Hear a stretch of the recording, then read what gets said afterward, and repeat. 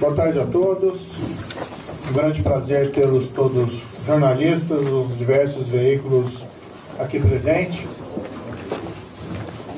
Bem, quando eu fui convidado para assumir o ministério pelo presidente Bolsonaro, eu levei a ele uma lista de uma série de coisas que eu gostaria de fazer. E, em primeiro lugar, estava uma apresentação de um projeto de lei anticrime para tratar de aspectos, entendo, de pontos de estrangulamentos da legislação processual penal e da legislação penal. Medidas simples, mas que visassem aprimorar o nosso sistema e corrigir algumas falhas. Para minha, não surpresa, mas para minha satisfação, o senhor presidente Bolsonaro concordou inteiramente com essa proposição. Também o desejo dele de diminuir a impunidade desses crimes violentos ou crimes praticados por organizações criminosas ou crimes de corrupção. Desde o início definido esse convite, eu e minha equipe nós nos reunimos, conversamos sobre esse projeto, passamos a elaborá-lo ainda durante a transição, finalizamos esse último mês, conversamos com muita gente de fora da equipe, né, que contribuiu para o aprimoramento desse projeto, e sem vazamento, diga-se, né, foi então finalizado esse trabalho, e agora nós estamos apresentando. Qual que é a ideia? A ideia é apresentar esse projeto em um prazo relativamente breve ao Congresso Nacional, à Câmara dos Deputados. Vamos esperar, evidentemente, o restabelecimento da saúde do senhor presidente, porque, no final de contas, é um projeto dele, é um projeto do governo federal, não apenas um projeto do Ministério da Justiça. Tá? Corrupção, crime organizado e crime violento. Por que tratar disso no mesmo pacote? Porque as três coisas estão relacionadas, esses três problemas. Crime organizado, o poderio dessas organizações são crescentes.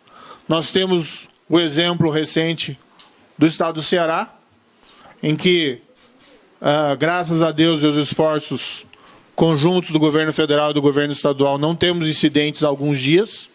A crise foi debelada, mas isso revela a extensão do poder dessas entidades. É necessário jogar mais duro com essas entidades. Tá? Por outro lado, o crime organizado utiliza a corrupção para ganhar impunidade. Por outro lado, o crime organizado está vinculado a boa parte dos homicídios no país. Um grande percentual dos homicídios está vinculado a disputas de tráfico de drogas e a dívidas de drogas. Usuários que não conseguem pagar a sua dependência acabam sendo cobrados dessa forma trágica por essas organizações criminosas. Por outro lado, o crime contra a administração pública, como a corrupção, esvaziam os cofres públicos, diminuem os recursos disponíveis para que o Estado, a União Federal, possam adotar políticas mais eficientes contra a criminalidade organizada, contra a criminalidade violenta, ou políticas sociais em geral, que possam também servir como, vamos dizer, estrategicamente orientadas para diminuir a sedução pelo crime, muitas vezes de pessoas vulnerabilizadas. Então, os três problemas estão vinculados. Não adianta tratar de um sem tratar dos demais. Daí a razão de nós termos feito esse projeto abrangendo as três questões. O projeto foi apresentado hoje de manhã ao presidente da Câmara, recém-eleito, deputado Rodrigo Maia. Nós conversamos brevemente sobre o projeto, me coloquei à disposição para ir quantas vezes necessário for ao Congresso Nacional e, em particular, nesse primeiro momento, à Câmara dos Deputados para explicar esse projeto. Nós já estamos agendando reuniões com esse propósito. Gostaríamos de convencer os deputados e parlamentares de que esse projeto é acertado para termos aprovado em um prazo relativamente curto ou pelo menos médio. Estamos abertos a sugestões, a alterações, não temos aí a pretensão de sermos os donos da verdade. Houve uma solicitação por parte dos governadores, em uma reunião durante a transição, que esse projeto fosse apresentado a eles, o que é muito pertinente. O problema da criminalidade não é um problema da União Federal, é um problema de todos, mas em particular dos estados e do Distrito Federal. Afinal de contas, nós somos aí uma federação, então nós convidamos os governadores, os seus secretários para essa reunião. Infelizmente, por problemas de agenda, é impossível tê-los todos presentes, mas houve um quórum qualificado e quem não pôde vir enviou representantes qualificados, especialmente os secretários de Segurança Pública, mais envolvidos diretamente nessa questão. O projeto foi apresentado, nós ouvimos sugestões, vamos avaliar essas sugestões e algumas até já nos comprometemos a inserir no projeto. O ideal é que todos possam participar disso, embora o projeto tenha a sua origem no governo federal, e particularmente no Ministério da Justiça e no desejo do presidente Jair Bolsonaro, nós entendemos que essa é uma tarefa coletiva. A entrevista agora marcada é para apresentar à imprensa, o melhor veículo para transmitir informação à sociedade civil e à população, e com isso nós possamos receber também, vamos dizer assim, um feedback, sugestões, críticas da sociedade e da população a respeito do projeto. Ele ainda vai ser debatido no Congresso Nacional e sempre nós poderemos aprimorá-lo. Bem, muita gente sabe que eu trabalhei como juiz. O que nem todo mundo sabe é que eu também fui professor de processo penal por 10 anos. E a minha ideia agora é explicar vários pontos do projeto para os senhores e senhoras. Acho que todos já receberam cópia, né? E depois, ao final dessa explicação, nós abrimos para perguntas. Infelizmente, eu tenho que estar no Congresso às 3 horas, por conta da solenidade de abertura do ano legislativo. Então, nós não temos todo o tempo para poder passar a tarde aqui e explicar todos os pontos, mas fiquem cientes que o Ministério da Justiça e Segurança Pública está à disposição para, mesmo em outro momento, dar as explicações necessárias. Certo? Então, vejam, o anteprojeto, na via que foi passada à imprensa, foi separado por temas, para facilitar a compreensão. Depois ele vai ser organizado na forma de um projeto de lei, com todas as formalidades legislativas específicas.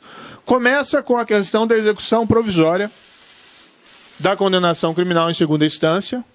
O governo federal tem a responsabilidade de liderar o processo de mudança. O Brasil vem, apesar da Operação Lava Jato, das condenações relevantes nos últimos anos, do fim da impunidade da grande corrupção, que se pode dizer, ainda embora haja muito o que fazer. O governo federal tem que assumir a liderança no processo de mudança e, para tanto, precisa de alterações mais gerais. Uma delas é a execução em segunda instância. O Supremo já afirmou 4 vezes que ela é constitucional. Nós queremos deixar isso claro na legislação ordinária. Ou seja, após o acórdão condenatório em segunda instância, inicia a execução. Certo? Isso é importante para a corrupção, isso é importante para crime violento, isso é importante para crime organizado. Não é só para uma corrupção. Certo? Não adianta nada nós mexermos no restante da legislação se o processo penal não funcionar. Se ele não chegar ao fim em um tempo razoável. Então não adianta você levar a pena lá de crime, por exemplo, e não que o projeto diga isso, mas elevar a pena do crime de homicídio se o processo não chega no final. Eleva, fica algo simbólico e não funciona. Então nós estamos mexendo nisso e essa é uma mudança fundamental.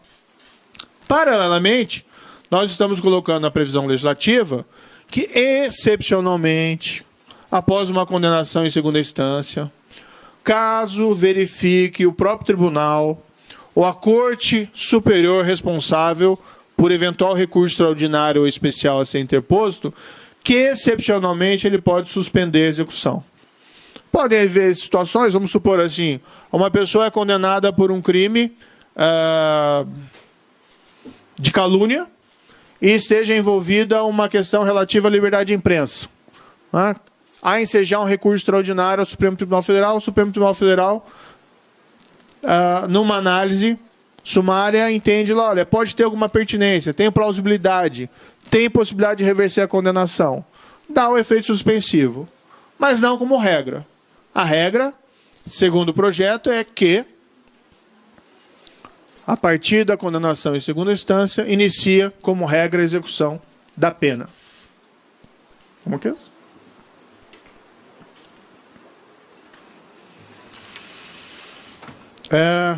Adiante. Tem vários dispositivos nesse projeto que basicamente tratam disso, né? A permitir ajustar toda a legislação a respeito dessa alteração. Por que não uma emenda constitucional? Não teria nenhum problema apresentar uma proposta de emenda constitucional. Mas nós estamos respeitando o entendimento atual do Supremo Tribunal Federal. Por 4 vezes o Supremo Tribunal Federal disse que é constitucional. Nós apenas vamos deixar claro, qual é a posição do atual governo federal sobre a questão.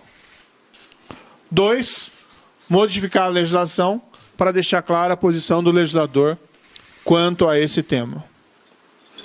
Na minha opinião, não tem necessidade, segundo a interpretação da maioria do Supremo, de alterar a Constituição. Pode-se fazer isso mediante uma alteração da legislação ordinária. Já foi anunciado, inclusive, também, isso publicamente, que o governo federal vai alterar sua posição no parecer apresentado nas ações diretas de constitucionalidade ainda pendentes do Supremo, vai alterar o seu parecer no sentido de que é constitucional a execução em segunda instância. E aquilo que eu disse mais uma vez, é dever do governo federal liderar a mudança. Não é responsabilidade primária das Cortes de Justiça. O governo federal tem que mostrar a sua posição. Uma outra mudança importante. Execução imediata das condenações proferidas pelo Tribunal do Júri. O Tribunal do Júri tem competência sobre crimes dolosos contra a vida. Leia-se basicamente homicídios dolosos.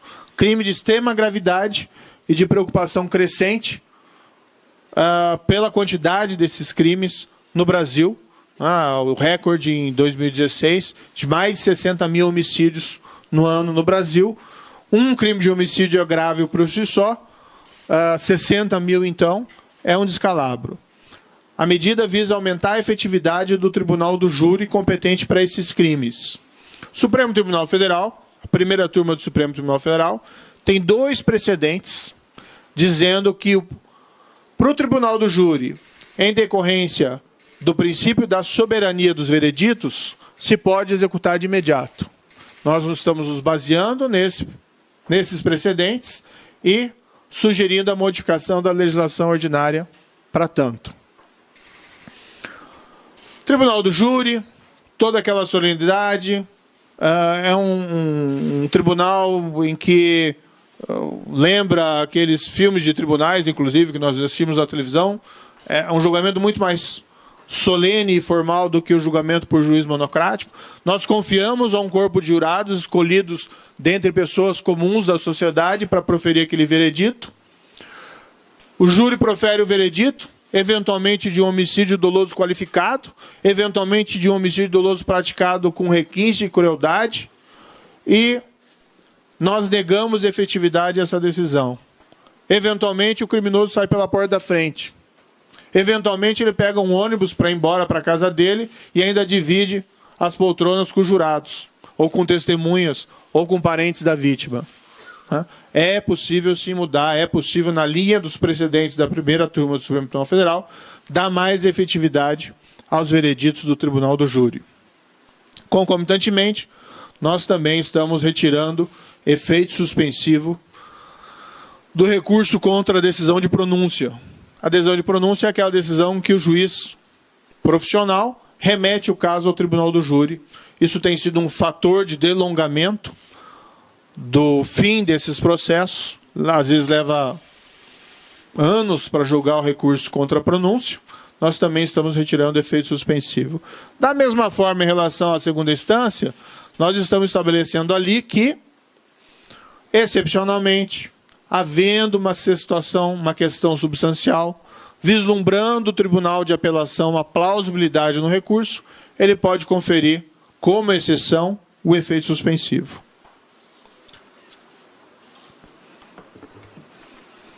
Há uma previsão de alteração dos embargos infringentes, que ele seja cabível quando houver divergência em julgamento de segundo grau, somente quando a divergência diz respeito à absolvição. O que nós assistimos com muita frequência é divergências de dosimetria de pena. Juízes dificilmente concordam em dosimetria de pena, porque os critérios são subjetivos. Então a ideia é limitar isso à divergência em relação à absolvição. Mudanças relacionadas à legítima defesa. O que nós estamos aqui colocando é que a legítima defesa já está no Código Penal. Tá? A legislação estabelece que se alguém age em legítima defesa, não responde pelo crime. É uma excludente de licitude, como a gente chama no jargão técnico. A lei prevê que a pessoa, no entanto, responde pelo excesso doloso ou culposo. Se excedeu no exercício da legítima defesa. O que nós colocamos é algo que os juízes já fazem na prática. O juiz poder reduzir a pena até metade ou deixar de aplicá-la se o excesso decorrer de excusável medo, surpresa ou violenta emoção. O exemplo que ficou famoso nos anos próximos foi o caso do agressor daquela artista famosa, Carolina Dickmann. Houve uma reação do irmão dela, Ana Hickman, perdão. Não tenho tido muito de acompanhar o show business recentemente. Mas, enfim, houve uma reação por parte de um parente dela, que, em legítima defesa, acabou matando o agressor. Ele foi processado, ele acabou sendo absolvido, porque o juiz entendeu que não havia o excesso. Talvez ele decidiu dessa forma porque, no fundo, havia um excesso, mas ele não tinha uma alternativa legal para deixar de aplicar a pena. Então, a legislação apenas estabelece isso, porque, de fato, muitas vezes, em situações de legítima defesa, o excesso pode decorrer de uma situação peculiar, como medo, surpresa ou violenta emoção. Nós ainda estamos esclarecendo na legislação algumas situações que caracterizam legítima defesa. Nós não estamos ampliando a legítima defesa, nós apenas estamos deixando claro na legislação que determinadas situações que se verificam no cotidiano caracterizam legítima defesa. Então, agente policial de segurança pública, conflito armado, em risco iminente de conflito armado, previne injusta e iminente agressão a direito seu ou de outrem. Agente policial de segurança pública, previne agressão, risco de agressão, a vítima mantida refém durante a prática de crimes. Eu não vou passar aqui todas as medidas, porque ficaria um pouco cansativo. Peço escusas aos senhores e senhoras. Apenas vou destacar aqui as que me parecem mais relevantes, sem prejuízo de esclarecimentos posteriores. Mudanças no Código Penal para endurecer o cumprimento de penas. Nós não desconhecemos que existe uma situação carcerária difícil no país, que existe superpopulação nos presídios, tá? Mas é necessário endurecer o cumprimento de penas para determinadas espécies de crimes. Não é um endurecimento geral. Nós sabemos que o sistema não comporta endurecimento geral. Mas nós sermos mais rigorosos com crimes mais graves é algo consistente com os anseios da sociedade e não algo inconsistente com os nossos compromissos com o Estado de Direito, com o Rule of Law ou com a liberdade. Então, o que nós estabelecemos? Que, em caso de condenado que seja reincidente ou havendo elementos probatórios de que ele é um criminoso habitual, reiterado ou profissional, o regime inicial da pena será fechado. Não adianta fazer como se fazia no passado, em simplesmente aumentar o tempo de pena. Tem que saber qual que é o tempo de pena real em regime fechado. Que essa é a prisão de verdade. Regime semiaberto, regime aberto. É uma pena, mas não é prisão de verdade. Então tem que controlar isso e aumentar o tempo de regime fechado para a criminalidade mais grave. Aqui, basicamente, o alvo é o criminoso profissional. Certo? Se você é um criminoso profissional, o sistema vai ser mais rigoroso com você. Também estabelecemos que, em caso de crimes contra a administração pública, como peculato, corrupção ativa, corrupção passiva, o regime inicial, como regra, deve ser fechado. Os anseios da população por uma maior reprimenda contra a corrupção. Colocamos aqui uma exceção para não ferir o princípio da individualização da pena, que se for de pequeno valor, a vantagem indevida ou a coisa apropriada, ou se todas as circunstâncias do caso forem favoráveis ao agente criminoso, se possa estabelecer de maneira diferente. Então, por exemplo, uma coisa é um diretor da Petrobras que desvia em proveito próprio milhões de dólares. Outra situação é de um guarda de trânsito que recebe lá uma vantagem indevida para deixar de aplicar uma multa. É grave? É grave. Mas não precisa regime fechado no segundo caso. No primeiro caso, precisa. Também estamos estabelecendo regime inicial fechado. Tá? Regime inicial fechado para crime de roubo com arma de fogo. Pela legislação atual, eventualmente isso não é imposto. A pena fica abaixo do montante necessário para o regime fechado. Nós estamos estabelecendo isso como regra. O maior pânico do cidadão brasileiro é ser vítima de um roubo, e que o pior, de um roubo muitas vezes seguido de morte, nas ruas. Precisa ser mais rigoroso com esse tipo de crime. A população quer que as ruas fiquem mais seguras. Não se resolve tudo pela lei, mas parte se trabalha com a lei também. Se tem que mexer na lei, tem que ser mais rigoroso para esse tipo de crime.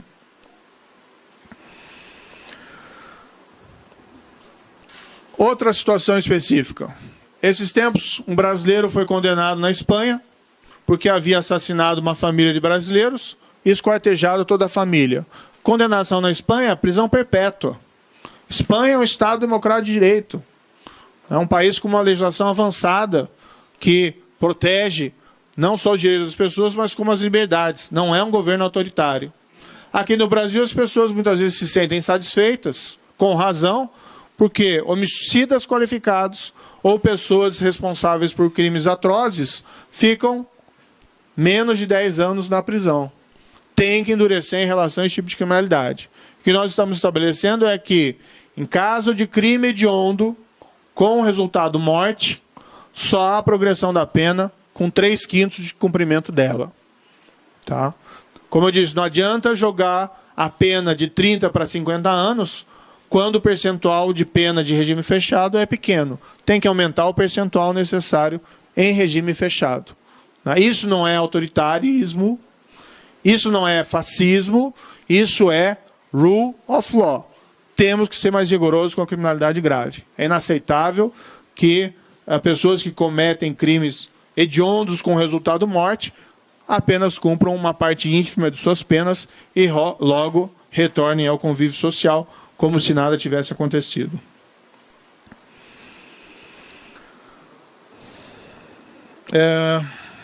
Bem, algumas regras especiais aqui. Um ponto importante, uma reclamação também frequente dessas saídas temporárias de presídios. Muitas vezes o criminoso utiliza a oportunidade, ou alguém que foi condenado, para cometer novos crimes. Nós estabelecemos vedações específicas para condenados por crimes hediondos, de tortura ou de terrorismo. Tá? Quando eu falo 3/5 crime hediondo com morte, não estou falando de tráfico de drogas. Né? Isso fica muito claro. Tráfico de drogas tem tanto o grande traficante como o pequeno traficante. O sistema, a meu ver, não comporta o endurecimento geral em relação ao pequeno traficante por conta dos problemas carcerários. Então, nós estamos evitando esse problema. Nós estamos estabelecendo que lideranças de organizações criminosas armadas devem iniciar o cumprimento da pena em estabelecimentos penais de segurança máxima. É mais rigor do que regime fechado.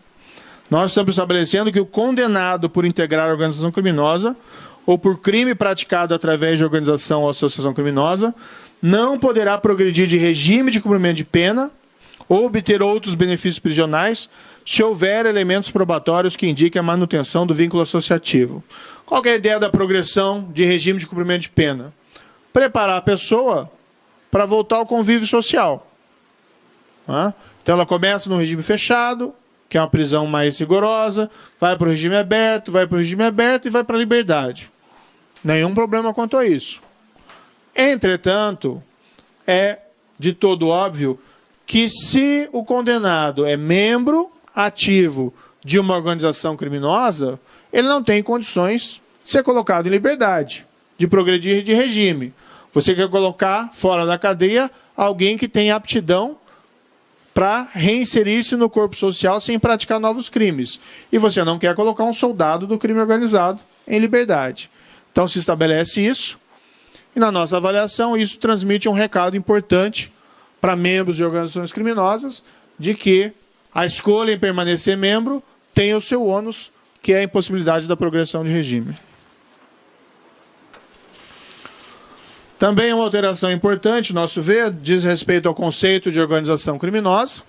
Nós praticamente mantemos a conceituação atual, mas nós nos baseamos em uma construção do Código Penal italiano, artigo 416 bis do Código Penal italiano, que descreve a associação criminal do tipo mafioso, em que eles basicamente, se os senhores e senhoras forem pesquisar o dispositivo, descreve o que é a Cosa Nostra e nomina especificamente algumas organizações criminosas que se enquadram no dispositivo.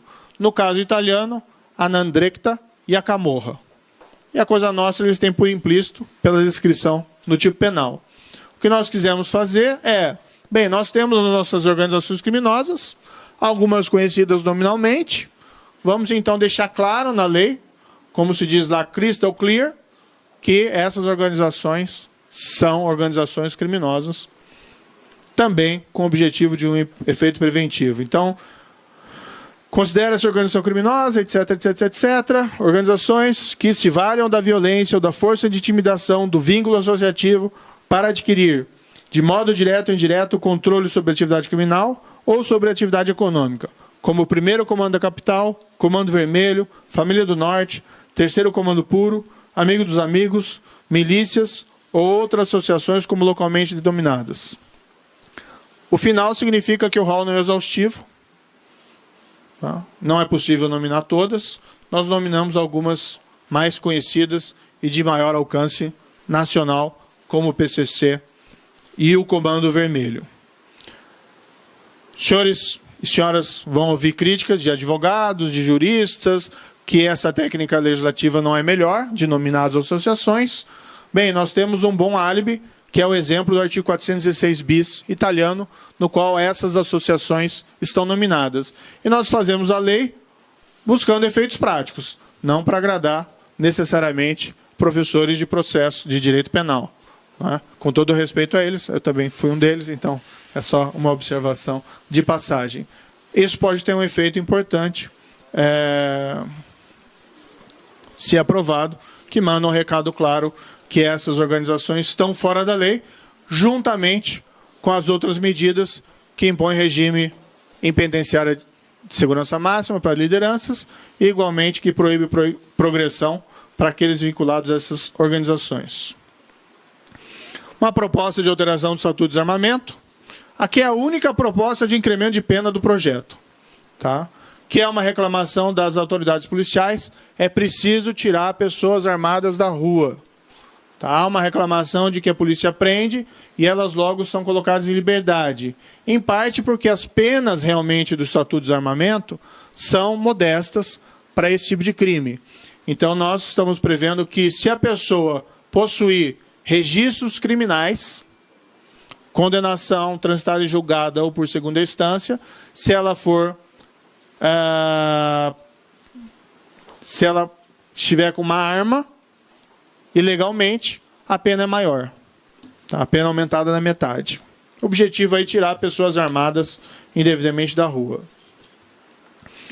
Uma previsão de confisco alargado, que é uma medida prevista, por exemplo, em legislação estrangeira, como no Reino Unido, como em Portugal, para que criminosos profissionais, por crimes de gravidade, nas situações em que seja caracterizada profissionalismo no crime, crime de habitualidade ou vinculação à organização criminosa, possa haver um perdimento geral dos bens dessa pessoa, por uma espécie de constatação de que aquilo é produto de crime, é o chamado confisco alargado.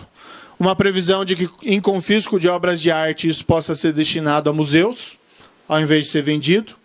Isso é decorrente de uma experiência da Operação Lava Jato, em que foram apreendidas várias obras de arte. E eu acho que é importante que essas obras de arte sequestradas sejam colocadas em museus, para melhorar o acervo artístico dos museus brasileiros. Então, estamos prevendo também isso expressamente. Algumas outras medidas, algumas regras para prevenir prescrição. Vamos colocar claro, o processo penal tem que acabar ou com a absolvição ou com a condenação. Prescrição revela apenas falha do sistema. Não tem porquê nós temos tantas regras generosas sobre prescrição, nós fazemos ali modificações pontuais para evitar esse tipo de problema. Crime de resistência. Qual que é a ideia aqui? Nós ouvimos muito que muitas vezes a autoridade policial faz uma diligência em um local dominado por organização criminosa e numa infeliz troca de tiroteio acaba havendo uma vítima, um terceiro inocente ou eventualmente um policial. Claro que tem que se evitar esses confrontos armados ao máximo, porque é um risco de dano colateral grande ao policial, ao terceiro e, de certa maneira, ao próprio criminoso. Ele tem que ser preso e não ser morto. Mas, enfim, muitas vezes quando acontece o resultado morte do policial ou de um terceiro, isso vai ao tribunal do júri. E há um manifesto receio de jurados de condenarem pessoas que trocaram tiros com autoridades policiais, muitas vezes também vinculados a organizações criminosas. Então a ideia foi, utilizando o crime de resistência, criar um tipo penal à semelhança do crime de latrocínio, para que isso possa ser julgado fora do tribunal do júri. Tá? Não expor o júri a riscos de retaliação por parte de organizações criminosas ou criminosos perigosos, deixar essa tarefa ao juiz profissional. Soluções consensuais para o Código de Processo Penal. Em alguns países de língua anglo-saxã, Estados Unidos é um exemplo, 95% dos processos acabam com uma espécie de negociação, o chamado plea bargain. Isso não se confunde com colaboração. Acordo de colaboração, nós já temos na 12.850, foi amplamente utilizado na Lava Jato, é um criminoso que resolve trair os seus pares, colaborar, entregando crimes de terceiros, além do dele mesmo, e por isso ele recebe benefícios. No plea bargain, ele confessa, ele admite e negocia a pena. São duas proposições, uma delas de alteração do 28A, do Código de Processo Penal, para crimes menos graves, com penas até 4 anos, que normalmente são sujeitas aí à prestação de serviço, há uma possibilidade de sequer oferecer a acusação criminal pelo Ministério Público e se estabelecem ali algumas condições. Vamos dizer aqui que é uma proposta boa e, na verdade, isso foi uma sugestão do ministro Alexandre de Moraes. Tá? Ele apresentou também numa comissão de juristas um projeto e tem essa proposição específica. Com a licença dele, nós plagiamos, né? Com a licença dele, com a autorização dele, nós plagiamos essa proposta por reputá-la realmente extremamente interessante. Né? Então, essa é a proposta do 28A. Há algumas alterações pontuais apenas em relação à proposta originária.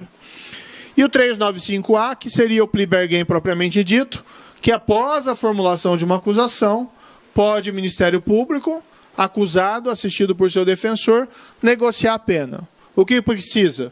Confissão circunstanciada, uma proposta de aplicação da pena.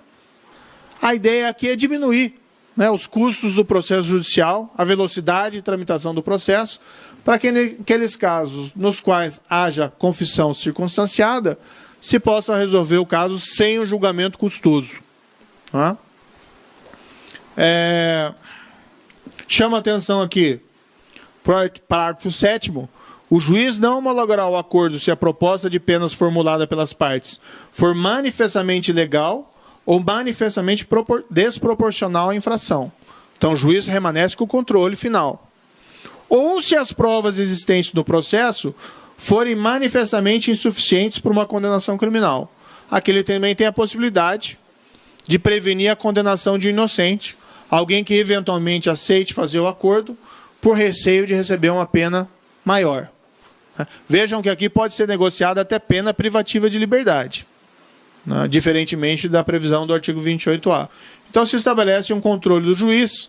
Há algumas críticas do plea bargain nos países que o adotam, que leva ele eventualmente à condenação de inocentes, mas vejam, em qualquer instituição humana, o risco de erro judiciário é presente. Risco de condenação de inocentes acontece com ou sem plea bargain, não tenho dúvida. Embora nós queremos ter aqui um sistema perfeito, mesmo no sistema brasileiro, acontece eventualmente condenação de inocentes. Não é a introdução do plea bargain que muda esse quadro, que eleva esses riscos. E ainda que o que nós fizemos foi prever alguns mecanismos para prevenir esse tipo de situação, dando um controle maior pelo juiz nesse processo do plea bargain. Também colocamos que o plea bargain não é para servir também como instrumento de impunidade. Então, no caso do acusado reincidente, ou houver elementos que ele é um criminoso profissional, habitual, o acordo tem que prever parcela do cumprimento de pena em regime fechado.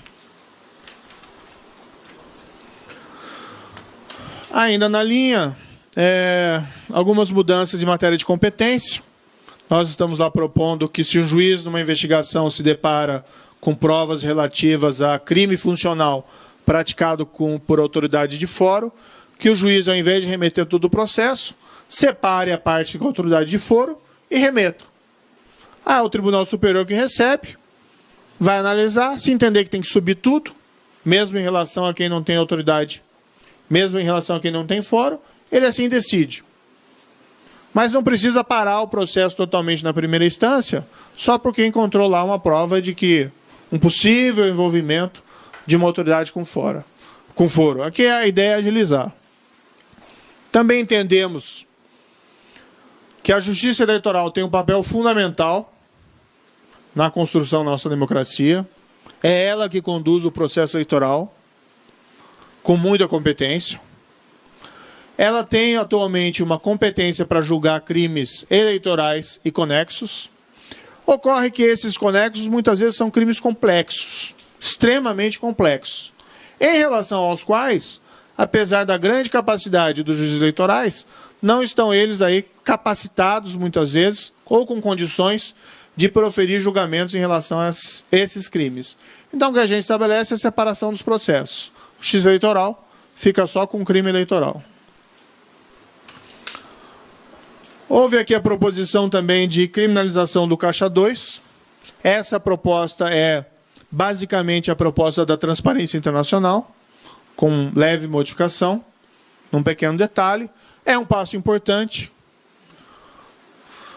O governo federal precisa apresentar isso ao Congresso, vai ser discutido dentro do Congresso. Acho que é uma medida importante para avançar e eliminar, vamos dizer assim, esse fator de trapaça dentro do processo eleitoral. É uma tipificação mais adequada a esse tipo de conduta.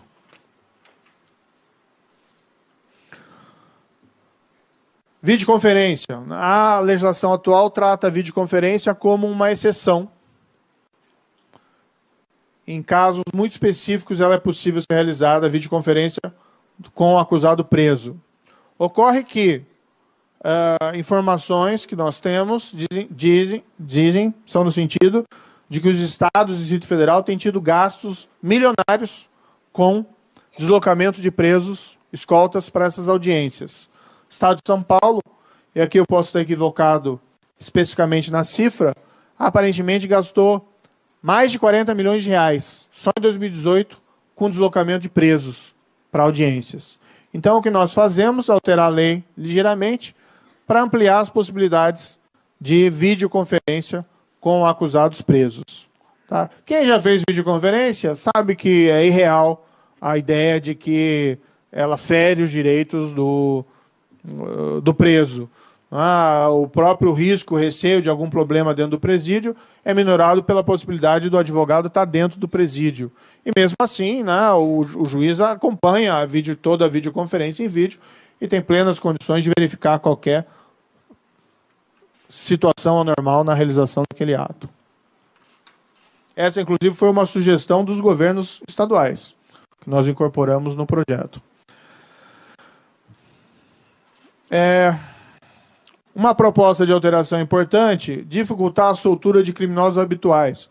A população muitas vezes não entende, porque uma pessoa é presa, a pessoa suspeita de ter praticado os crimes graves, a pessoa tem indicativos de ser uma pessoa até perigosa para a sociedade, e ela é colocada imediatamente em liberdade.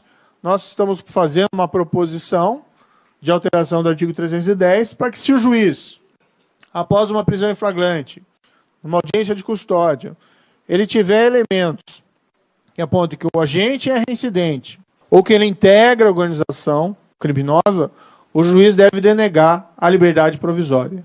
É importante retirar pessoas suspeitas da prática de crimes graves, né?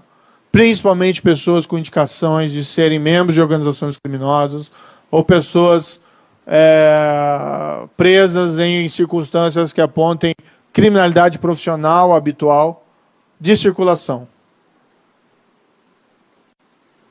Essa também é uma das proposições do projeto. Há previsões de alterações de medidas no regramento dos presídios federais. A ideia aqui é ter um controle maior sobre as comunicações de lideranças criminosas com o mundo externo. Tá? Detalhes também de alteração do tempo de permanência nos presídios federais. Hoje a legislação prevê 1 ano, renovável por iguais períodos. Nós estamos propondo até 3 anos, também renovável por igual período, para diminuir essas situações de exposição daqueles que requerem, aqueles que decidem sobre essa prorrogação, às situações de risco. Estamos propondo também que os estados do Distrito Federal possam construir ou instituir presídios de segurança máxima, aplicando-se a esses estabelecimentos as mesmas regras dos presídios federais. Claro que aqui com as devidas adaptações. Essa também é uma reclamação importante. Banco Nacional de Perfis Genéticos. Né? Nós temos que pensar no futuro e não só resolver problemas do passado. É um instrumento muito importante para a resolução de crimes. A taxa de resolução de crimes no Brasil, especialmente de crimes violentos, como homicídio, é muito baixa. Aquilo que nós vemos dos filmes, da prova do DNA, é um instrumento de investigação muito importante.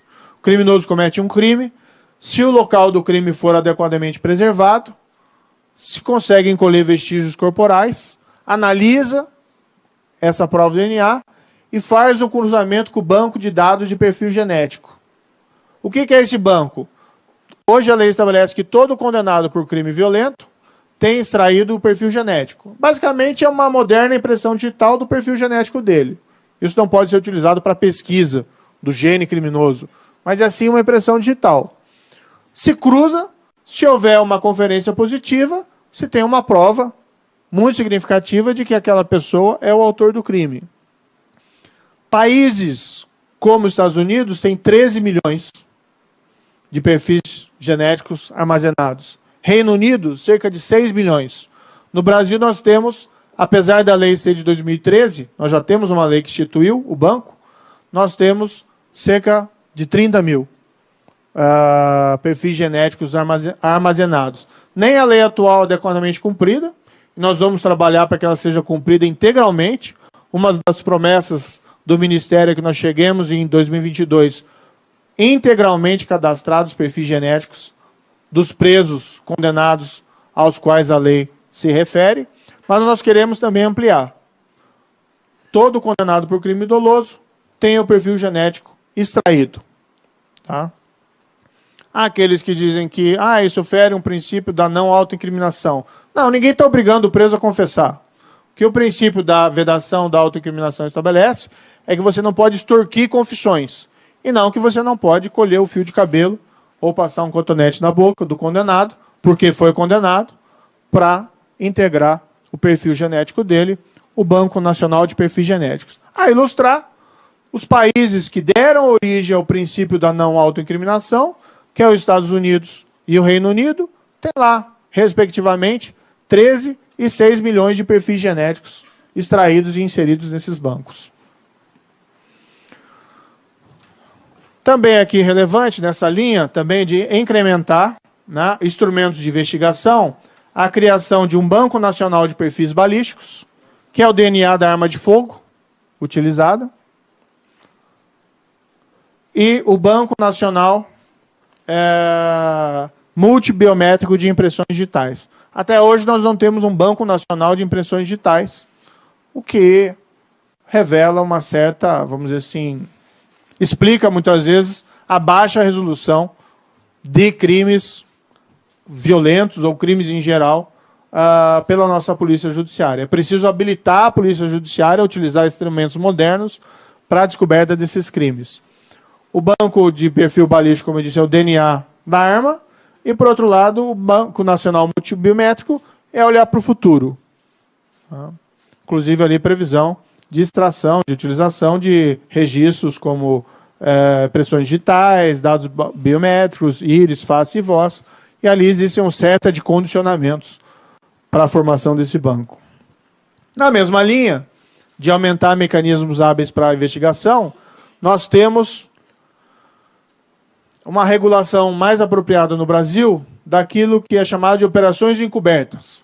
Nos Estados Unidos, por exemplo, se utiliza com muita frequência um policial que vai à rua comprar droga, comprar arma, participar de uma operação de lavagem, seja em relação a pequenas transações, seja em relação a grandes transações. É colocar um policial em contato com a atividade criminal para que ele atue para descobrir esses crimes de uma maneira eficiente.